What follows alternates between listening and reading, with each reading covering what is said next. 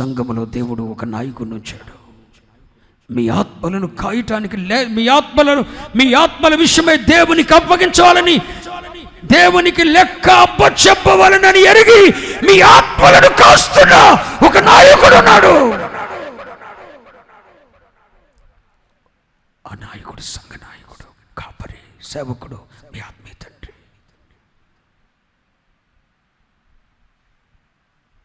నాకు నీకు కూడా మనందరిపైన సంఘమంతటమైన ప్రభువు నాయకుడుకున్నాడు. మన పైనుంచబడిన అధికారానికి మనం లోబడుతున్నామా? నువ్వు బాగా ప్రార్థన చేద్దావమ్మా, నేను కాదన్నా, కానీ ఇంటికి వెళ్ళి మరి పెత్తనం చేస్తావుగా నువ్వు. ఇక్కడ అన్ని భాషలు మాట్లాడుతావు, ఇంటికి వెళ్ళి ఘర్షణ పడతావుగా నీవు. ఇంటికి వెళ్ళి మామూలు భాష మాట్లాడుకుంటున్నారుగా మళ్ళీ ఇంట్లో. అన్ని జనులు చూడలేదా? అవమానం రావట్లేదా?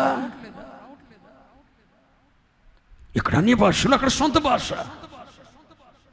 ఇక్కడేమో ఆత్మతో నింపబడుతూ, అక్కడేమో బహిర్గతమైన ప్రదేశాల్లో బహిరంగంగా ప్రజలు వినబడేటట్టు కేకలు వేసుకోవటం.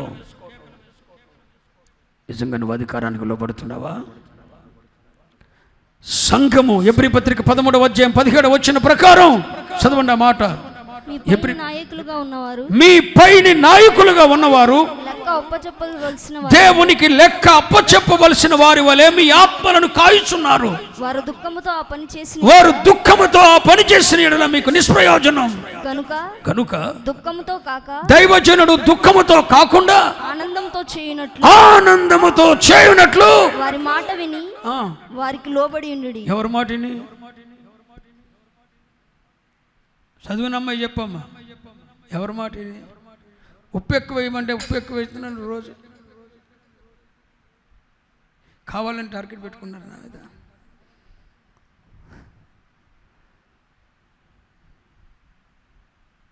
చెప్పండి, మీ పైన నాయకులు ఉన్నవారు మీ ఆత్మలను కాల్చున్నారు.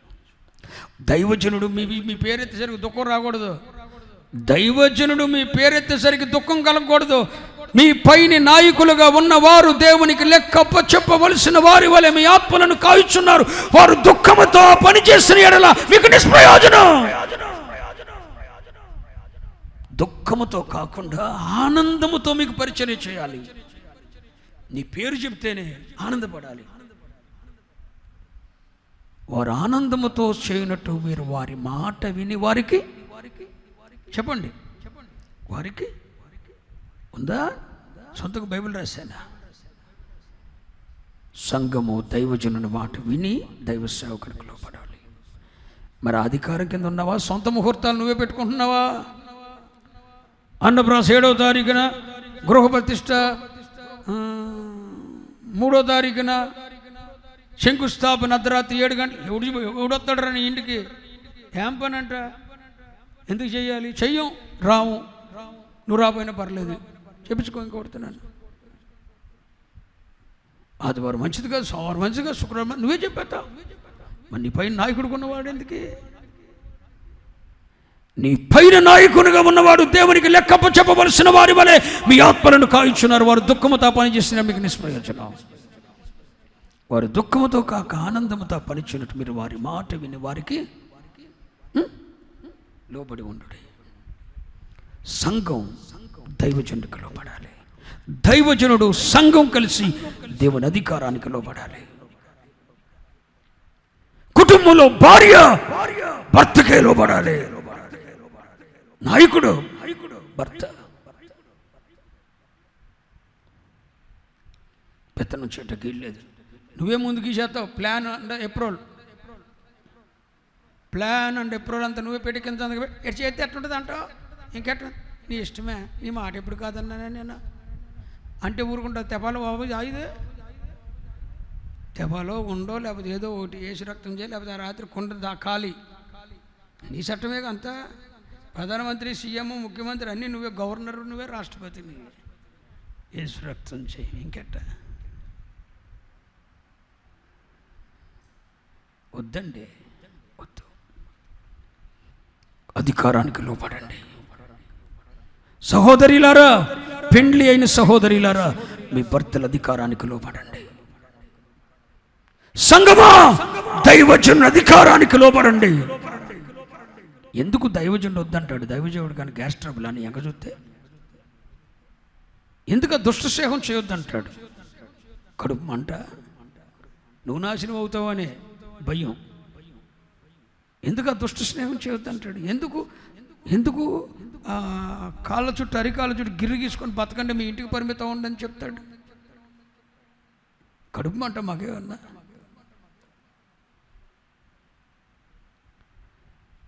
అధికారానికి లోబడండి. నీవు నేను కూడా ప్రభు అధికారానికి లోబడాలి. సామెతల గ్రంథం 3వ అధ్యాయం 7వ వచనం ప్రకారం నీ ప్రవర్తన అంతటి మీద దేవుని అధికారమునకు ఒప్పుకో. నీ బిడ్డల పెళ్లి విషయంలో దేవుని అధికారానికి ఒప్పుకో. యవనస్తులారా, మీ వివాహ విషయాల్లో దేవుని అధికారానికి ఒప్పుకోండి. ఆఖరిగా మాట చూడండి, సామెతలు 3:7. నీ స్వబుద్ధిని ఆధారం చేసుకునక నీ పూర్ణ హృదయంతో యెహోవా యందు నమ్మిక ఉంచుము. నీ ప్రవర్తన అంతటి యందు ఆయన అధికారమునకు ఒప్పుకొనుము. నీ ప్రవర్తన అంతటి యందు ఆయన అధికారానికి ఒప్పుకో. అంతటి యందు ఆయన అధికారానికి ఒప్పుకో. వద్దు అంటే వద్దు, చెయ్యి అంటే చెయ్యి, అంతే. దేవుని అధికారానికి ఒప్పుకో. అప్పుడు ప్రభువు నీ త్రోవలను సరళము చేయును. చప్పట్లు కూడా దేవుని మహిమపరచండి. ఇది వాగ్దానం. నీ ప్రవర్తన అంతటి మీద దేవుని అధికారానికి ఒప్పుకో. అధికారమునకు లోబడి బ్రతుకో. పై అధికారికి ఎప్పుడు ఎదురు చెప్పొద్దు. దేవుడు ముష్కరులను నీ పైన నాయకులుగా పెడతాడు. కొన్నిసార్లు వాళ్ళు ముష్కరులైనా కూడా వారి అధికారానికి నువ్వు లోబడాలి. నీ భర్త ముష్కరుడైన అధికారానికి లోబడాలి.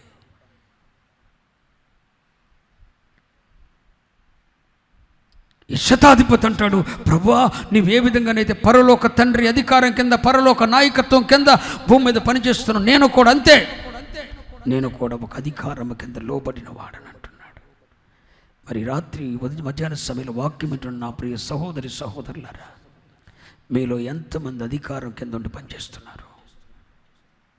మీ ప్రవర్తన ఎంతటి మీద దేవుని అధికారానికి ఒప్పుకోగలుగుతున్నారా? ప్రభు అంటాడు, మీ ప్రవర్తన అంతటి మీద ఆయన అధికారమునకు ఒప్పుకొనుము, అప్పుడు ఆయన నీ మార్గములను సరళపరుస్తాడు. నువ్వు ఎటు వెళ్ళాలో, నీ వాగ్దానం నెరవేర్చబడటానికి ఎటు వెళ్ళాలో, నీ స్థితిగతులు మార్చడానికి నువ్వు ఎటుపోవాలో, నీ ఆర్థిక పరమైన ఇబ్బందులు తొలగడానికి నువ్వు ఎటుపోవాలో, నువ్వు ఆత్మలో ఐశ్వర్యవంతులు అవ్వడానికి నువ్వేం చేయాలో, పరిశుద్ధాత్మ అభిషేకంతో నింపబడటానికి నువ్వే మార్గం గుండా వెళ్ళాలో, అప్పుడు ప్రభు నీ మార్గాలను సరళపరుస్తాడు. ఆయన అధికారానికి ఒప్పుకోండి. ఈ శతాధిపతులని కొన్ని ప్రాముఖ్యమైన మాటలు మనం నేర్చుకున్నాం. ఒకటి, ఒక అధిపతి అయి ఉండి, శతాధిపతి అయి ఉండి, 100 మంది అధిపతుల మీద అధిపతి అయి ఉండి దీనత్వం ధరించాడు. నేను పాత్రుని కాదయ్యా అంటున్నాడు. శతాధిపతిలో దీనత్వాన్ని మనం చూసాం. నెంబర్ 2, శతాధిపతి విశ్వాసం ఆశ్చర్యకరుడైన దేవునినే ఆశ్చర్యపరిచినంత గొప్ప విశ్వాసం కలవాడుగా మనం శతాధిపతిని చూస్తున్నాం. 3, అంత గొప్ప అధికారి ఉండి కూడా తాను కూడా అధికారమునకు లోబడ్డాడు. ముగింపులో ఒక మాట చెప్పాలని పరిశుద్ధాత్ముడు ప్రేరేపిస్తున్నాడు. రూతుమ్మకి ఎవరు చెప్పలేదు. రూతుమ్మ అన్యురాలు, దానికి రూతుమ్మకి వాక్యం తెలియదు, అన్యురాలు. కానీ అత్త ఏం చెప్తే అదే చేసేది. ఎవరు? రూతుమ్మ. వేరే పొలములకు వెళ్ళొద్దు అని చెప్పింది, వెళ్ళలేదు. ఈ రాత్రి నువ్వు బోయజును కలుసుకోవలసిన సమయం అని చెప్పింది. ఆ రాత్రి కలుసుకుంది. నువ్వు బోయజు దగ్గరికి వెళ్ళేటప్పుడు ఎట్టబడితే అట్టు వెళ్ళకూడదు, శుద్ధీకరించుకొని వెళ్ళాలి అని చెప్పింది. శుద్ధీకరించుకొని వెళ్ళింది. ఆయన నిద్రపోతాడు, నిద్రపోయినప్పుడు నువ్వు డిస్టర్బ్ చేయకూడదు, ఆయన లేచే వరకు కాళ్ళ దగ్గరే ఉండాలి అంది. అలాగే ఉంది. ఆయన నిద్ర మేలుకున్న తర్వాత పాదాల దగ్గర ఉండి నీ కొంగు కప్పు నాకు విడుదల దయచేయమని అడుగు అంది. అలాగే చేసింది. ఋతు గ్రంథం అంతా చూస్తే తన పైన ఉన్న అత్త అధికారానికి లోబడిన కోడల్ని చూస్తాం. తనకు తానుగా లోబడింది. అన్యురాలండి, అన్యురాలు. ఒక అధికారం కింద పనిచేసింది. నీ కొడుకుని చేసుకున్న తర్వాత నా జీవితం నాశనం అయింది, ముండమోసాను అనలా. నువ్వు నాకు దరిద్రంగా చుట్టుకున్నావు, నీ వల్ల నీ కుటుంబం వల్ల నేను అనుభవించింది ఏంటి అని అనలేదు అత్తని. ఒక జబ్బులు కొంటోని మొహలోని కానీ తీసుకొచ్చి, మొహలోని అంటేనే జబ్బులు కొంటోడు, అనారోగ్యగ్రస్తుడు తీసుకుని నా మొహాన్ని తగలబెట్టావు, ముండ్రాలను అయ్యాను, విధవరాలను అయ్యాను, నీ వల్ల నా జీవితం నాశనం అయిందని అనలా. అంతకు ఆస్కారం ఉంది అనలేదు. అత్తమా, నీ దేవుడే నా దేవుడు, నీ జనమే నా జనం. నువ్వు నివసించే చోట నేను నివసిస్తా, నువ్వు చనిపోయిన చోట నేను చనిపోతా, నువ్వు సమాధి చేయబడిన నేను సమాధి చేయబడతా, నువ్వెక్కడ నివసిస్తావు అక్కడే ఉంటా, మరణం తప్ప ఏది నిన్ను వేరు చేయకూడదు అని అత్త అధికారానికి తనంతట తాను లోబడిందండి. ఆఖరికి బోయజు భాగ్యవంతుని భార్య అయ్యింది. స్తోత్రం చెప్పండి, హల్లెలూయా. ఆ బెత్లెహేము పట్టణానికి మహారాణి అయిపోయిందండి. అధికారానికి లోబడిన రూతు బోయజు పట్టణానికే భాగ్యవంతురాలుగా మార్చబడింది. మరి నేను అడుగుతున్న, అధికారం కింద ఉన్న వాళ్ళని దేవుడు విడిచిపెట్టడండి. నేనెందుకు ఉండాలి అత్త అధికారం కింద అంటే కుదరదు. నీవు ఉండాలి. అత్త అధికారం కింద అయినా, మామ అధికారం కింద అయినా, తల్లిదండ్రుల అధికారం కింద అయినా, భర్త అధికారం కింద అయినా, సేవకుని అధికారం కింద అయినా నీవుగా సమర్పించుకోవాలి రూతమ్మలాగా. అప్పుడు దేవుడు నిన్ను మహిమలోకి తెస్తాడు, ఉన్నత స్థాయికి తెస్తాడు. ఓ చరిత్రను దేవుడు తిరగ రాస్తాడు. నీ కొరకు కార్యాన్ని చేస్తాడు. నువ్వు అధికారానికి లోపడాలి. ఈ శతాధిపతి చెప్తున్నాడు, నేను కూడా అధికారానికి లోపడుతున్నాను. నువ్వు చెప్పగలవా? ఈ మాట నీకు ధైర్యం ఉందా? నేను కూడా అధికారానికి లోపడి పనిచేస్తున్నానా ధైర్యం నీకుందా? శతాధిపతికి ఉన్న విశ్వాసం నీకుందా? శతాధిపతికి ఉన్న దీనత్వం నీకుందా? నేను అంటాను, ప్రభు అన్నాడు, అన్యజనులు ఇశ్రాయేలులో కూడా ఇలాంటి విశ్వాసం ఎవరికి లేదని ప్రభు చెప్పాడు. అంటే ఏంటి? రాను రాను దేవుని పిల్లల్లో దీని నుండి ముఖ్యమైన పాఠం ఏంటంటే, ప్రభు ఇదంతా ఎందుకు గ్రంథస్థం చేయించాడంటే, రాను రాను రాను రాను రాను రాను కడవరి దినాలు వచ్చేసరికి క్రైస్తవులలో విశ్వాసం సల్లారిపోద్ది. క్రైస్తవుడు ఏ మేలు పొందలేడు. అన్యులు వచ్చి దీవించబడి, ఆశీర్వదించబడి, వర్ధిల్లి, ఐశ్వర్యం పొంది వెళ్ళిపోతారు. అది దీని పాఠం. ఇశ్రాయేలులో విశ్వాసం సల్లగిలిపోయింది, ఒక అన్యుల్లో విశ్వాసం వచ్చింది. రాబోయే కాలంలో, ముందున్న కాలంలో కూడా జరిగేది ఇదే. తరతరాల క్రైస్తవుడు సల్లారిపోతాడు, ఏ మేలు పొందుకోడు. యేసు దేవుడు గొప్ప దేవుడు, యేసు దేవుడు అంటాడు, ఏ గొప్ప కార్యం వీడు పొందడు, వీడికి విశ్వాసం లేదు. కానీ శతాధిపతి లాంటి అన్యులు వచ్చి, విశ్వాసం ఉండి, ఎవరో అన్యుడు విగ్రహారాధికుడు వచ్చి దీవించబడి, యేసునందున్న విశ్వాసంతో బాహుబడి, స్వస్థపరచబడి, దీవించబడి వెళ్తాడు. నువ్వు ఎట్టగా ఉన్నావు? ఆ స్థితి మనలో ఉండి ప్రభు కొట్టివేయను కాక, విశ్వాసంతో మన హృదయంలో స్థిరపరచును కాక, దేవుడి మాటలను ఆస్వాదించును కాక.